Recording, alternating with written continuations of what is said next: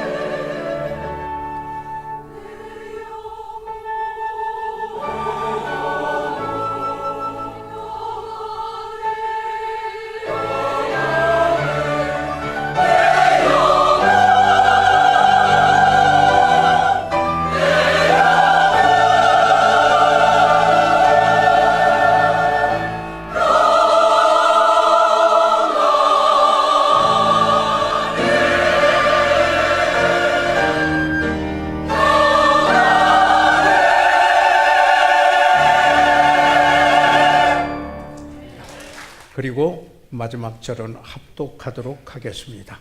사도행전 9장 1절에서 9절까지입니다. 1절 제가 먼저 읽습니다.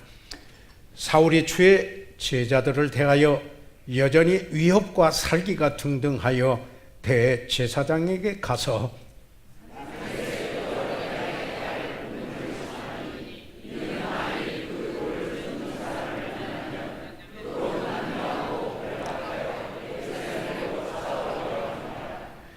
(3절)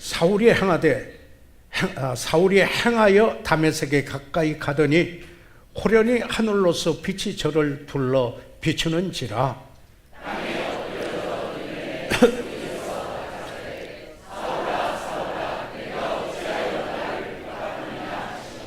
(5절) 대답하되 주여 누시오리까? 가라사대 나는 내가 핍박하는 예수라.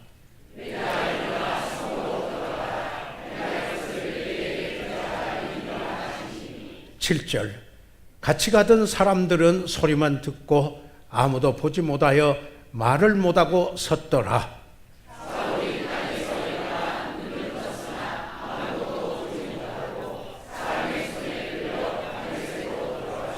(9절) 다 같이 시작. 사흘 동안을 보지 못하고 식음을 전폐하니라. 살아계신 아버지 하나님, 저희들의 하나님의 말씀을 봉독하였습니다. 오늘 이 말씀을 통하여서 성령께서 조명해 주시고 우리에게 하나님께서 주시고자 하는 소중한 교훈을 받을 수 있게 도와주시옵소서. 성령께서 조명해 주시고 이 말씀이 우리의 삶으로 이어지도록 축복해 주시며 잃어버린 영혼은 구원해 주시옵소서. 예수 그리스도 이름으로 기도해 싸움나이다. 아멘.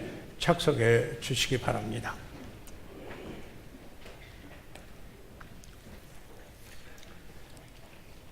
오랜 동안 심리학자들은 인간을 변화시키는 것은 불가능한 일이라고 주장해 왔습니다.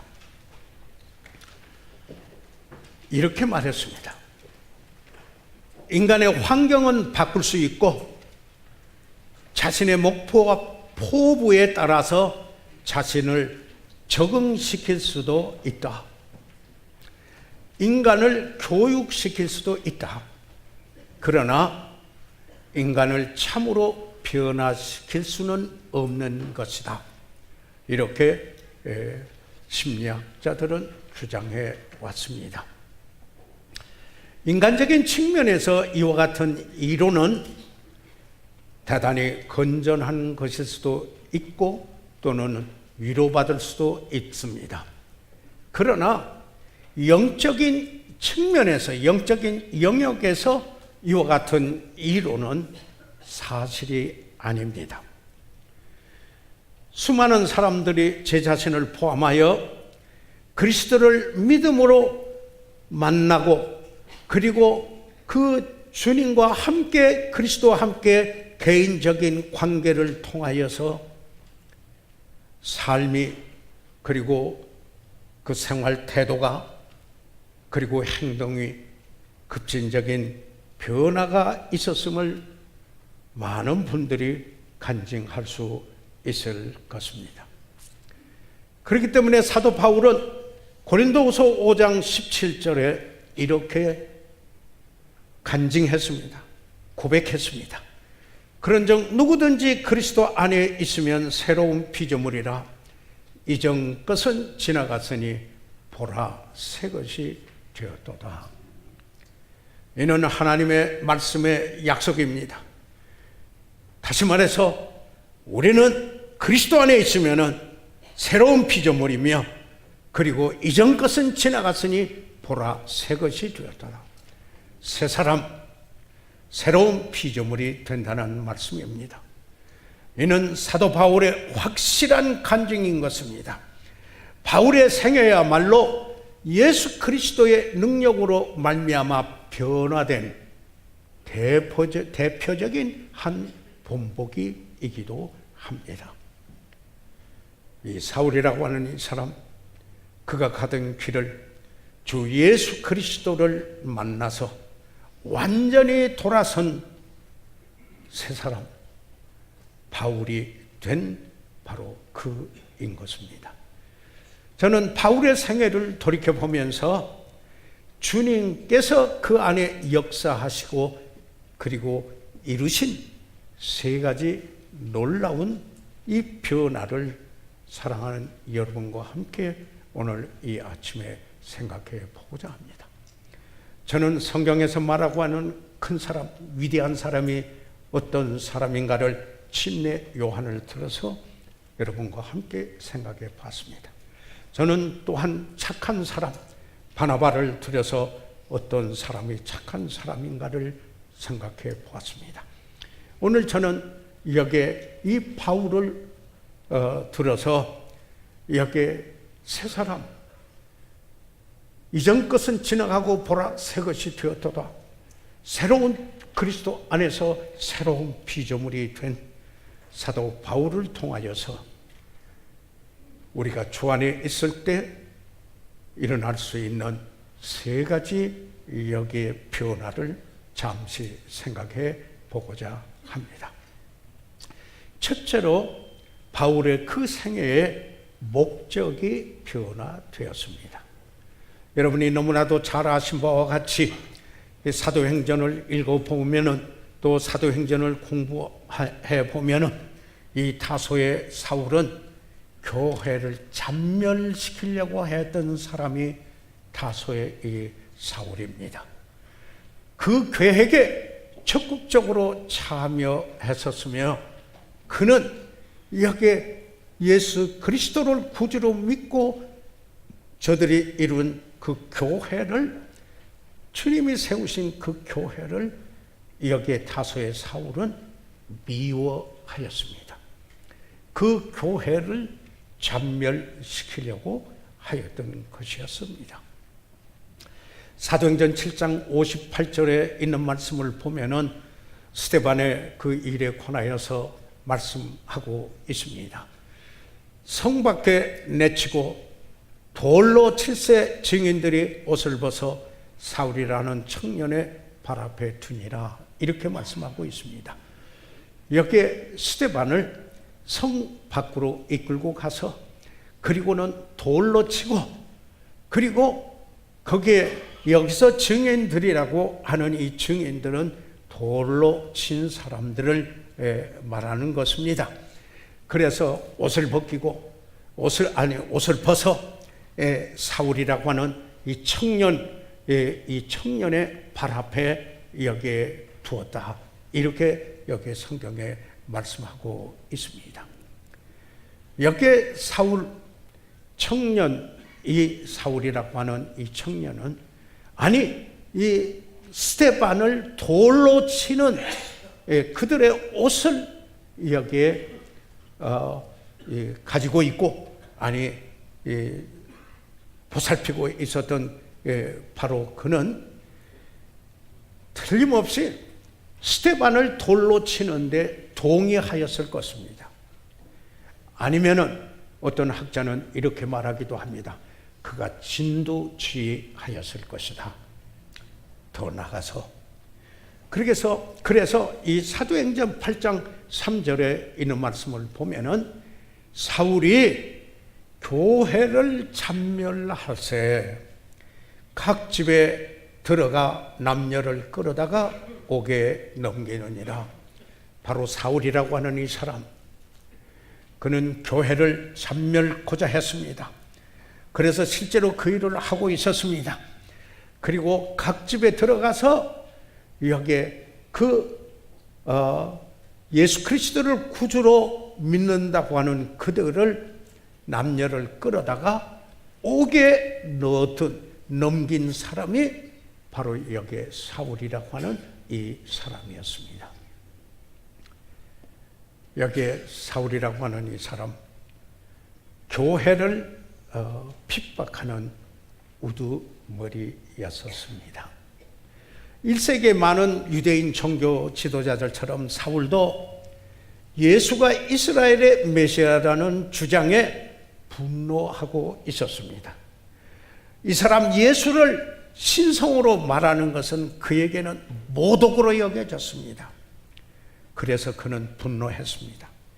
그의 분노는 새로운 종파, 그들이 볼 때 새로운 종파 그리스도인들을 핍박하고 그리고 교회를 잔멸시키는 이 일에 열심을 더하게 됐다고 하는 이 사실인 것입니다. 자, 이제 이런 사울을 생각해 보시기 바랍니다. 그런데 그가 어느 날 다메섹으로 갑니다. 왜 다메섹으로 갑니까? 여기에 제사장의 그 문건을 가지고 갑니다. 가서 무슨 일을 하려고 가는 것입니까? 예수 믿는 사람들을 잡아 예루살렘으로 와서 오게 넣으려고 하는 그 일을 하기 위하여서 여기 다메섹으로 가고 있는 중이었습니다. 그런데 가는 도중에 하나님께서 이 사람을 붙들고 흔들었습니다. 여기에 가는 그 도중에 부활하신 예수 그리스도를 만났습니다. 그런데 이때 이 사울이라고 하는 이 사람에게 변화가 일어난 때였었습니다. 예수를 만나고 그 주의 비추이는 빛으로 인하여 돌연히 눈이 멀어 보이지 않게 되기도 하였습니다. 여기 본문에 돌아와서 사도행전 9장 4절과 5절에 있는 말씀을 보면은 땅에 엎드려 들음에 소리에서 가라사대 사울아 사울아 네가 어찌하여 나를 핍박하느냐 하시거늘, 다시 말해서 그가 가서 이제 엎드렸는데 엎드려져 듣는 소리가 있었습니다. 들리는 소리가 있었습니다. 사울아 사울아 네가 어찌하여 나를 핍박하느냐. 대답하되 주여 누시오이까. 가라사대 나는 내가 핍박하는 예수라. 이렇게 이야기하는 말씀을 들은 것입니다. 바울은 다메섹 도상에서 사울이라고 하는 그 사람, 이제 나중에 바울이 됩니다마는 다메섹 도상에서 주님을 만났을 때 그 생애의 목적이 변화되기 시작하였습니다. 그는 교회를 잔멸시키는 일이 올바른 일이라고 생각하고 있었습니다. 그러나 사실은 그가 깨닫게 된 것은 그가 올바른 일이라고 생각하고 교회를 잔멸시키려고 했던 이것은 하나님을 대항하여 싸우는 것이라는 사실을 깨닫게 된 것입니다. 그는 예수 그리스도를 만남으로 후에 사울, 그는 바울로 그 이름이 바뀌었습니다. 새 사람이 된 것이었습니까? 다시 한번 여기에 그 사도행전 9장 5절에서 주여 누시오리까, 이렇게 그 주님을 만나 그 소리를 듣고 여기에 나중에 사도 바울이 된 그가 여쭤본 것입니다. 여기에서 그는 주여 그랬습니다. 이 말씀에 벌써 여기에 지금 부활하신 예수 그리스도, 그분의 음성을 들은 그는 그분의 주재권, 로셰, 그분의 주님 되심을 인정하는 여기에 고백에 속한 것입니다. 예수 믿는 이들을 잡기 위하여 다메섹으로 가던 그가 부활하신 예수님을 만나 주님, 주여, Lord, 주님이라고 불렀습니다. 그가 받은 그 구원, 그가 부활하신 주 예수 그리스도를 만나 참으로 구원받은 그는 변화됐습니다. 새로운 피조물이 됐습니다. 다시 말하면 핍박자였던 살인자였던 그가 오히려 그를 위하여 순교자가 되었습니다.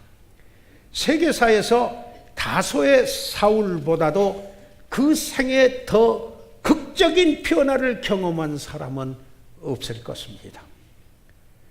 그분의 열심은, 그 사람의 열심은 여전하였고 그의 집중력도 사라지지 아니했습니다.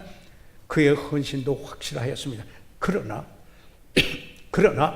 그의 목표는, 아니 그가 가는 길은 정반대 방향으로 바뀌었습니다. 그가 그처럼 반대하던 것이 그 생에 자기가 해야 될 일이 되었습니다. 이 얼마나 놀라운 극적인 변화입니까?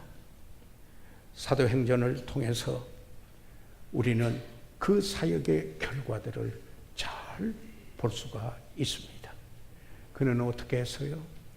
이제는, 전에는 그 예수 믿는 자를 잡아 가두기 위하여 쫓아갔지만 이제 그는 어디를 가든지 간에 바로 그곳에서 예수 그리스도의 복음을 전하였습니다. 그분이 구주이심을, 그분이 우리 죄를 지시고 십자가에서 피 흘려 대속해 주셨고, 그리고 그분이 죽으시고 장사 지낸 바 됐다가 사흘 만에 부활하신 우리의 구주이요, 그를 믿는 자는 죄사함 받고 그리고 새로운 피조물이 되어서 의롭다함을 얻을 뿐만 아니라 영생을 가지고 사는 새 사람, 새 생활을 사는 사람이 된다라는 이 복음을 전하였던 것이었습니다. 그렇기 때문에 로마서 1장 15절과 16절에 사도 바울은 이 로마에 있는 이들에게 보낸 편지 속에서도 이렇게 15절에 말합니다. 그러므로 나는 할 수 있는 대로 로마에 있는 너희에게도 복음 전하기를 원하노라. 여기 로마에 가고 싶었던 중에 하나는 복음을 그들에게도 전하기 원하는 것을, 할 수 있는 대로 내가 할 수 있으면 모든 사람에게 여기에 복음을 전하기는, 전에는 그것을 미워했고 그리고 그 복음을 믿는 자들을 핍박했고 그리고 잡아 가두기로 했던 그 사람이 이제는 그 복음을 전하는 전혀 그 방향이 바뀐, 그 생의 목적이 달라진 이 세 사람이 됐다라는 사실입니다. 16절에 그렇기 때문에 내가 복음을 부끄러워하지 아니하노니, 그는 이제 복음을 부끄러워하지 않습니다. 이 복음은 모든 믿는 자에게 구원을 주시는 하나님의 능력이죠. 그렇기 때문에 그 예수 그리스도를 구주로 믿는 그는 하나님의 능력으로 인하여 구원을 받게 되기 때문에 내가 이 복음을 부끄러워하지 않는다. 그렇기 때문에 할 수 있는 대로 로마에 있는 여러분에게도 내가 이 복음을 전하기를 원한다. 그는 복음을 믿는 사람들을 잡아가두기 원하였던 사람입니다. 그가 자주 즐겨 쓰는 단어는 서신 속에 이전에 그렇게 하고 이제는 그에게 완전히 그 삶 속에 어느 정점이 있었습니다. 완전히 돌아서는, 바꿔지는 정점이 있었습니다. 이제는, 그러나, 아니 전에는, 그러나 이제는 라고 이렇게 이야기를 하고 있습니다. 고린도전서 9장 16절에 고린도인들에게 보낸 편지 속에서도 내가 복음을 전할지라도 자랑할 것이 없으면, 여기 그는 복음을 부끄러워하지 아니한다고 그랬습니다. 그런데 내가 복음을 전하는 것은 내 영광을 얻기 위한 것이 아니고, 그리고 내가 어떤 자랑이 되기 위하여 이것은 내가 부득불할 일이라, 이건 하지 않을 수 없는 일이라, 이것은 구원받은 이 복음을 아는 분이라면은, 복음을 믿은 분이라면은 그 복음 전하는 일을 할 수밖에 없다라는 사실을 이야기하면서 그는 개인적으로 이렇게 이야기합니다. 복음을 전하지 아니하면 내게, 이 바울이라고 하는 그에게 전에는 사울이라고 일컬어졌던 그 사람이 새 사람 되어 내게 화가 있을 것입니다. 이렇게 이야기를 하고 있습니다. 그래서 이제는 전에는 그리스도를 믿는 사람마다 잡으려고 했던 그 사람이 이제는 만나는 사람에게마다 예수 그리스도를 믿게 하려고 하는 것입니다. 그리고 어떤 일을 합니까? 전에는 교회를 참멸하려고 했습니다. 그러나 이제는 가는 곳마다 교회를 세웁니다. 빌립보 교회가 세워지고 데살로니가 교회가 세워지고 베리아 교회가 세워지고 쭉 나가서 고린도 교회도 세워지고 갈라디아에 있는 교회들이 세워지고 에베소 교회가 세워진 것입니다. 교회를 참멸시키니까 예수님도 교회를 세우셨고, 그리고 예수님을 본받아 내가 그리스도를 본받는 자 된 것은 너희는 나를 본받는 자 되라, 그러기 위해서이다. 이렇게 그가 말하고 있는 것입니다. 다시 말하면 그는 예수님을 따라가는, 예수님을 본받는, 전에는 예수님을 미워하고 그리고 핍박하고 그 믿는 자들을 핍박하고 반대했던 그가 이전에는 그랬으나 이제는 바뀌어 새 사람이 됐다라는 사실입니다.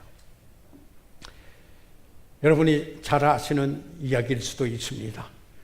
무신론자요 철학자였던 밥 잉글스는 그 당시 미국의 남북 전쟁이 있었을 때 영웅으로 알려진 루이스 월리스 장군의 그 두 분의 이야기가 있습니다.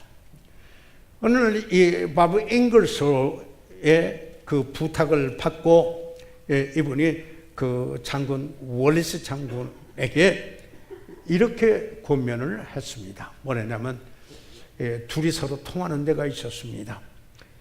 신약을 읽고 그리고 그 믿는 믿음을 조롱하는 책을 하나 써보시라. 이분은 이 월리스 장군은 전쟁의 영웅이기도 하였지만 작가이기도 하였습니다. 그래서 믿음을 조롱하는 책을 쓰라고 하였습니다. 여기에 루이스 월리스 장군은 그 당시 영웅이었습니다. 그러나 또 작가이기도 한 그는 신약을 다 읽었습니다. 그리고 난 후에 책을 썼습니다. 그리고 난 후에 쓴 책이 무슨 책입니까?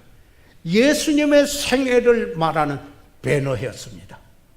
오늘날도 이 배너라는 영화가 제작이 돼서 여기에 지금도 방영되고 있는 그 원작을 쓴 바로 그가 여기에 한때 성경을 읽고 반대하려고 하는 믿음을 조롱하는 책을 쓰려고 했던 그가 예수님의 생애를 오히려 배너라는 제목으로 책을 써서 영향을 주었던 예수님을 만난 사람이 돼서 그는 변화돼서 조롱하는 자가 오히려 옹호자로 바뀌었다고 하는 이 사실입니다. 예수님을 만난 사울이라고 하는 사람은 생의 목적이 변화됐습니다. 바울이라는 새로운 피조물이 돼서 그가 전에 하던 것 다 해로 여기고 이제는 새로운 여기에 그 목적을 가지고 그 생애를 살아갔습니다. 두 번째로 예수님을 만난 그에게 어떤 일이 일어났습니까? 두 번째, 그의 가치관이 변화됐습니다. 가치관이 변했습니다. 사랑하는 여러분, 사실 이 사울이라고 하는 사람, 그는 영적인 눈을 뜨지 못하는 사람이었습니다. 그런데 그가 예수님을 만난 후에 어둠에서 빛으로 왔어요. 이 말은 뭐냐면 하나님을 모르는 세계에서 그는 하나님을 안다고 생각을 했지만은 어둠의 세계에서 사탄의 권세 아래 통치받는 그 세계에 있다가 빛으로 하나님, 그의 사랑하는 아들의 나라로 여기에 하나님을 아는 그 세계로 여기에 왔습니다. 예수님께서 니고데모에게 뭐라고 말했습니까? 거듭나라 그랬습니다. 거듭나지 아니하면은 하나님의 나라를 볼 수 없다 그랬습니다. 하나님의 나라를 깨닫고 알려면은 거듭나야 된다. 영적인 눈을 떠야 된다라는 것입니다. 그리고는 이어서 거듭나지 아니하면 하나님 나라에 들어갈 수 없다라고 예수님께서 친히 말씀하신 것입니다. 사실 인간적인 측면에서 보면은 바울이라고 하는 이 사람, 전에 사울, 자랑할 것이 많았던 사람입니다. 그의 교육은 그 당시 그가 받았던 최고의 교육을 받았습니다. 그는 유산이 있었고, 그리고 가족에도 저들은 자랑하는 이런 가족을 이루었고, 율법 지식도 뛰어나는 그였었습니다. 그 당시 일반적으로 다른 사람들이 우러러 볼 수 있는 것을 다 가지고 있었던 사람이 바로 그 사람입니다. 그런데요, 그럼에도 불구하고 다른 바리새인들처럼 바로 이 사람이 보지 못한 한 가지가 있었습니다. 그것은 자신의 죄였습니다. 그에게는 여러 가지 혜택이 있었음에도 불구하고 자신의 죄를 보지 못하였기 때문에 구원의 필요성을, 은혜로 말미암아 믿음으로 구원을 얻는 그 구원의 필요성을 깨닫지 못하고 있었습니다. 복음에는 구원의 능력이 있습니다. 그가 주님을 만났었을 때 바로 그는 자기 자신의 죄를 깨달았고, 그리고 주 예수 그리스도를 구주로 믿었습니다. 주님을 만나 그는 변화되어 새로운 피조물이 됐습니다. 사도 바울은 자신의 죄를 깨달았고, 그리고 또한 그는 자신의 연약함을 인식하게 됐습니다. 그래서 이제는 여기 그 하나님께서 그의 생애에 정말 그의 연약함을 연상시킬 수 있는 육체의 가시를 허락하신 것을 보게 됩니다. 우리는 성경에서 육체의 가시가 정확하게 무엇인가를 말씀하고 있지 않습니다. 이렇게 간접적으로 표현해서 학자마다 견해가 있는 것은 있습니다만은 여기에 직접적인 그 설명은 하고 있지 않습니다.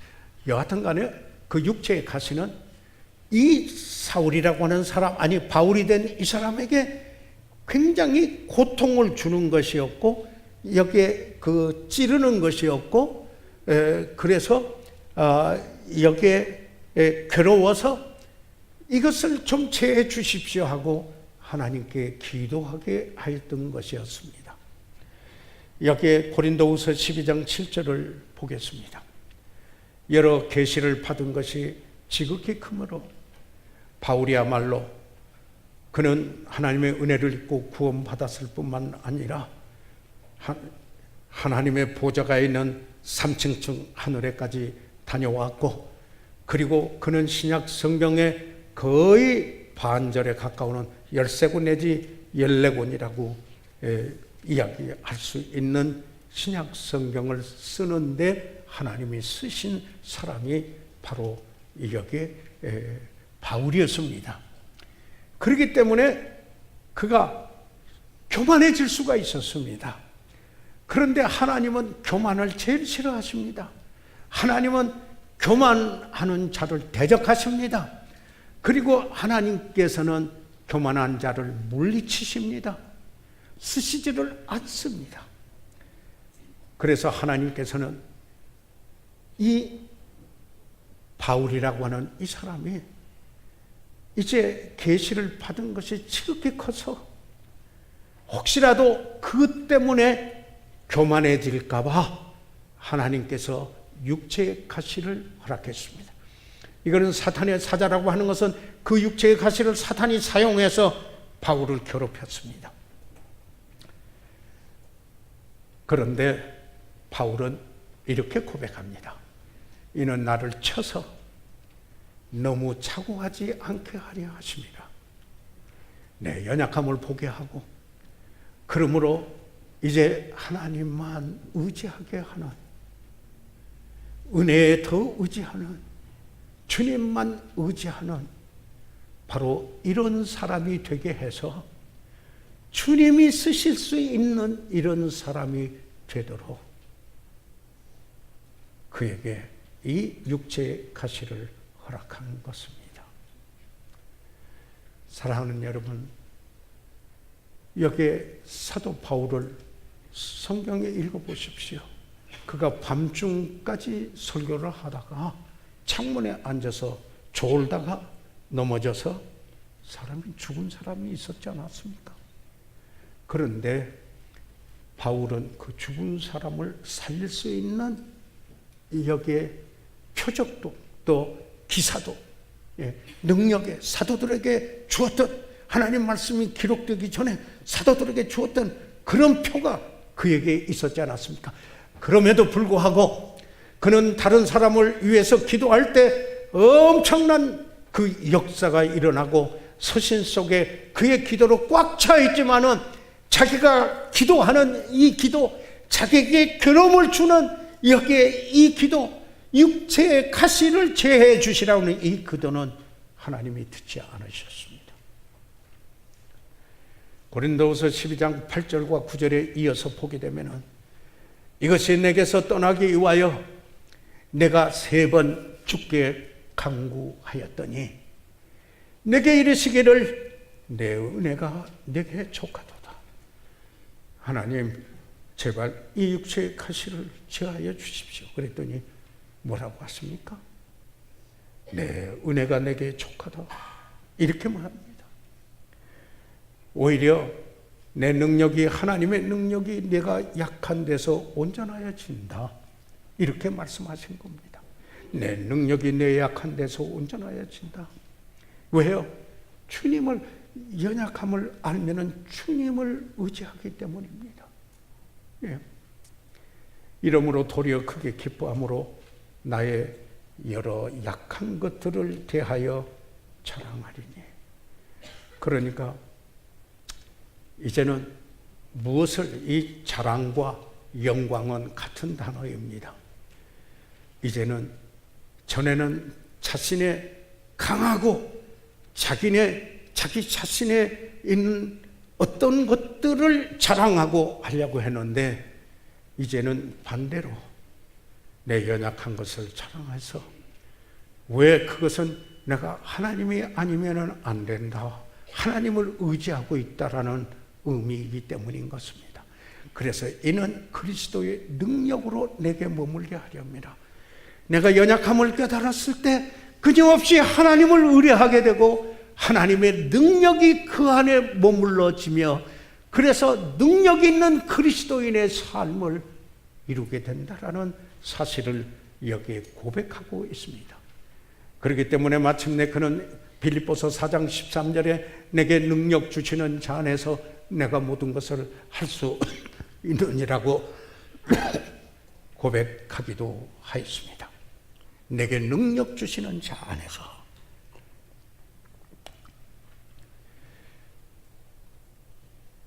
전에는 자신을 바라보았습니다. 전에는 그분의 수로입니다. 서신 속에 이 반복되어 나옵니다. 다시 말해서 자기 힘, 자기 지혜를 보았습니다. 그런데 이제는 자기 죄와 연약함을 보고 하나님을 바라다봅니다. 그래서 뭐라고 고백합니까? 고린도전서 15장 9절에 보면 나는 사도 중에 지극히 작은 자라. 내가 하나님의 교회를 핍박하였으므로 사도라 칭함을 받게 감당치 못할 자로라. 그뿐만 아니라 에베소서 3장 8절에는 모든 성도 중에 지극히 작은 자보다도 더 작은 나에게 이 은혜를 주신 것은, 이렇게 말하고 있습니다. 급한 디모데전서 1장 15절에 말하기를 죄인 중에 내가 괴순이라. 이렇게 그는 이야기를 하고 있는 것입니다. 바울은 겸손한 사람이 됐습니다. 은혜를 아는 분, 경험한 사람은 겸손히 함께 합니다. 겸손하게 된 새 사람이 된 것입니다. 여기에 이 어떤 변화인가를 생각해 보십시오. 그런데 이분은 가치관이 변했는데요. 어떻게 변하는가? 그 빌립보서에서 보면은 여기에 아주 두려지게 이야기하는 게 있습니다. 빌립보서 3장 7절과 8절에 있는 말씀을 보면은 그러나 무엇이든지 내게 유익하던 것을 그는 전에 자기에게 유익된 것만을 추구했습니다. 그런데 내게 유익하던 것을 내가 그리스도를 위하여 다 해로 여길 뿐더러 loss 이런 것으로 여겼습니다. 이 모든 것을 해로 여기면 내 주 그리스도 예수를 아는 지식이 가장 고상함을 인함이라. 예수 그리스도를 아는 게 가장 가치 있는 것이다. 이렇게 고백하고 있습니다. 그래서 그는 그리스도를 위하여 모든 것을 다 잃어버리고 그걸 배설물로 여기며 그리스도를 얻고자 하는 것입니다. 그래서 그리스도를 얻으면 다 얻은 거다. 골로새서 3장 11절에 오직 그리스도는 만유시요 Christ is all. 만유 안에 계시니라 and in all. 그리스도는 전부요. 그 모든 것 안에 그리스도가 계십니다. 그리스도 가졌으면 다 가진 것입니다. 이렇게 했습니다. 여러분이 잘 아시는 이야기입니다만 페니 크로스비 여사는 생후 6개월 만에 시력을 잃었습니다. 그 어머니 부주의로 뜨거운 기저귀가 눈에 떨어서 시력을 잃었으나 그는 자라서 정말 여기에 영의 눈을 뜨고 주님을 만난 영의 눈을 뜨고 참 놀라운 찬송 시를 작시하였던 그입니다. 그가 하루는 자기 이웃에 사는 한 분하고 이야기를 하는 중에 그 이웃에 사는 그분이 이분에게 아주 심하게 이렇다면은 불평을 했습니다. 뭘 불평을 했느냐면은 자기가 재물을 갖지 못했고 부가 없기 때문에 만약에 내게 부가 있었다면은 내가 원하는 것을 다 해보고 살 수 있을 텐데 그뿐만 아니라 세상에서 출세도 할 수 있었을 텐데 부가 없어서 가진 게 없어서 그래서 이렇게 가난하게 사서 이렇게 된다고 몹시 불평했습니다. 그러니까 이 페니스 크로스비 여사는 그랬다고 합니다. 그분에게 바로 이야기하기를 그러면 당신은 세상을 가지세요. You take the world. 그랬다고 합니다. 그러면서 그분은 말하기를 나에게는 but give me Jesus. 그러나 나에게는 예수님을 주십시오. 자기가 그 한마디 나중에 자기 자신을 감동시켜서 찬송가를 썼습니다. 우리말로는 정확하게 이 찬송가가 아직 번역되지는 않았습니다만 너무 영어로 이렇게 볼 때 그 가사가 너무 아름답습니다.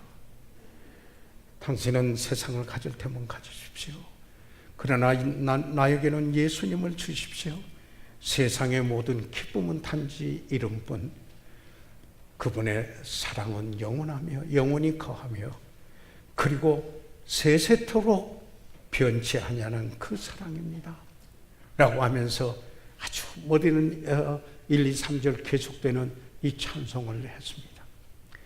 여러분, 예수 그리스도를 구주로 만난 사람에게는 가치관이 변합니다. 예수 그리스도를 아는 것이 최고의 가치가 된 것입니다.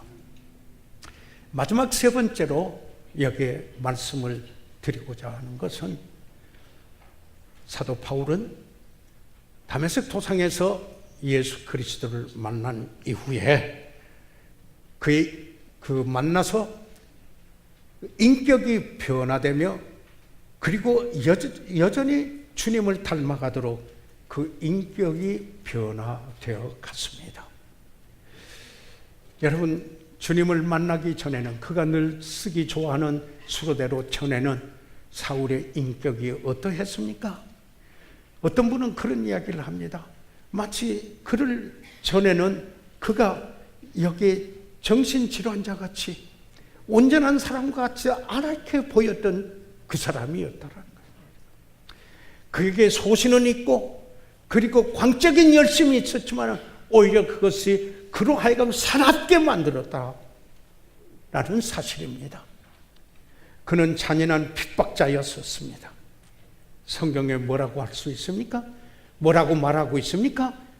사도행전 9장 1절에 사울이 주의 제자들에 대하여 여전히 위협과 살기가 등등하여 대제사장에 가서 공문을 달라고 해가지고 살기가 등등했던 사람입니다. 죽이려고 하는 그 일이 그저 솟구치고 있었다라는 이야기 아닙니까? 스데반이 돌로 맞던 장면을 잠시 생각해 보시기 바랍니다.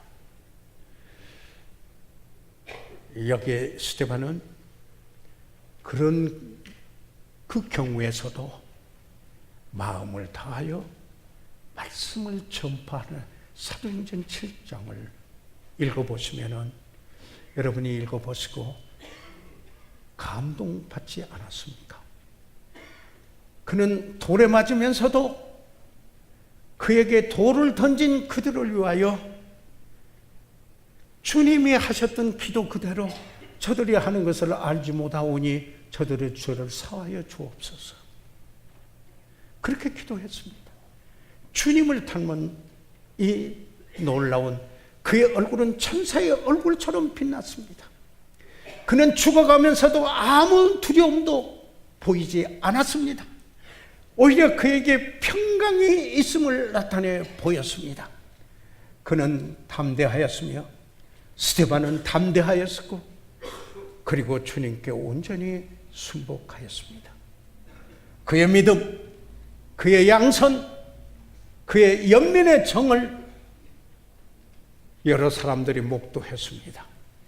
그런 중에도 특별히 여기에 사울이라고 하는 이 사람 아무런 감동도 받지 못하고 여기 그 일에 돌을 던지는 사람들의 옷을 지키고 있었던 청년 바로 사울이었습니다. 아무 감동도 없었습니다. 그걸 보고도 그 하나님의 말씀을 듣고도 오히려 그는 그 믿음을 가진 사람들을 더 핍박하겠다고 결심을 하였습니다. 도대체 이 사람은 어떤 사람이었습니까? 그런데 다메섹 도상에서 부활하신 예수님을 만났습니다. 주여 니시오니까 네가 핍박하는 예수다. 그러니까 여기에 사도행전 9장 6절에 이 개역 성경에는 빠졌습니다만은 킹제임스 성경에는 이 말이 있고요. 우리 개역 성경에서도 사도행전 22장 10절에 바울의 간증을 할 때 그 말은 개역 성경에도 들어 있습니다. 무슨 말인가요? 주여 내가 무엇을 하리까? 주여 누이십니까? 누구이십니까? 물고는 그 다음에 제1성에 뭡니까? 주여 내가 그러면 무엇을 하리까? 이렇게 해서 Lord, what wilt thou have me to do? 이것은 사도 바울의 전 생애를 통하여 가장 특징 지어지는 그의 고백입니다. 그의 말인 것입니다. 전에는 교만했던 바리새인 그가 교회를 핍박하는데 잔인하였던 그가 이제는 겸손하고 복종하는 그리스도인, 복음 전하는 사도가 되었으며 그 일을 위하여 그 일 때문에 자기 자신까지도 핍박을 받게 되었습니다. 그뿐입니까? 여기에 데살로니가에 있는 교회에 그 보낸 그의 서신 속에서 이런 그가 얼마나 변화됐는가 하는 사실을 잘 나타내 보이는 이 구절이 있습니다. 데살로니가전서 2장 7절과 8절에 오직 우리가 너희 가운데서 유순한 자 되어, 사도 바울이 여기에 포함되어 있습니다. 그 일인데 데살로니가에 있는 성도 여러분들 가운데서 유순한 자가 되어 젠틀을 하게 되었습니다. 살기가 등등했던 그가 유순한 자가 돼서 마치 여기 어머니가 그 아이를 젖을 먹여 키우는 nursing mother, 여기 어디서 데려온 유모라는 뜻이 아닙니다. 여기서는 우리말의 그 뉘앙스 때문에 오해될 수가 있는데 아니면 생모. 그래서 어머니가 젖을 먹으면서 길러는 그 어머니가 자기 자녀를 기름과 같이 했다. 얼마나 변화됐습니까? 살기가 등등했던 바로 그 잡아서 막 했던 그 열정과 열심 속에서 그랬는데 그가 유순한 자가 된 겁니다. 그러면서 8절에 우리가 이같이 너희를 사모하여 사랑하여, 사람을 사랑하고 사모하는 자가 있어요. 하나님의 복음으로만 아니라 내가 복음만 전하는 것이 아니라 우리의 목숨까지 너에게 주기를 즐겨하면은 너희가 우리의 사랑하는 자 됨이니라. 사랑합니다. 그 말입니다.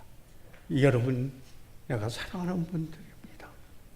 그렇기 때문에 복음뿐만 아니라 내 목숨까지 여기에 주기를 즐겨했습니다. 그런 겁니다. 그 표현은 빌립보 성도들에게도 이렇게 말합니다. 너희가 내 마음에 있으며, 빌립보서 1장 7절인데 이런 뜻입니다. I have you in my heart. 그대들은 내 마음속에 간직되어 있습니다. 왜냐하면 참으로 그대들을 내가 얼마나 사모하고 사랑하는지 하나님이 증인이시다라고 빌립보서 1장 7절 8절에 그는 말하고 있습니다. 이 어떤 변화입니까? 주님을 인정하고 사랑하며 자신의 생명까지 바치고 주님을 섬겼습니다. 그의 인격이 변했습니다. 그 마무리하겠습니다. 사울은 다메섹 도상에서 부활하신 주님을 만난 후에 그의 목적이 변하고 생의 목적이 변하고 그의 가치관이 변하고 그의 인격이 변했습니다. 새 사람 바울이 됐습니다. 그런즉 누구든지 그리스도 안에 있으면 새로운 피조물이라. 이전 것은 지나갔으니 보라 새 것이 되었도다.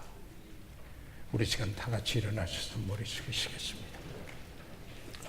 저희들 이 시간 다 같이 일어나셔서 잠시 머리 숙이겠습니다. 사랑하는 성도 여러분, 저희들은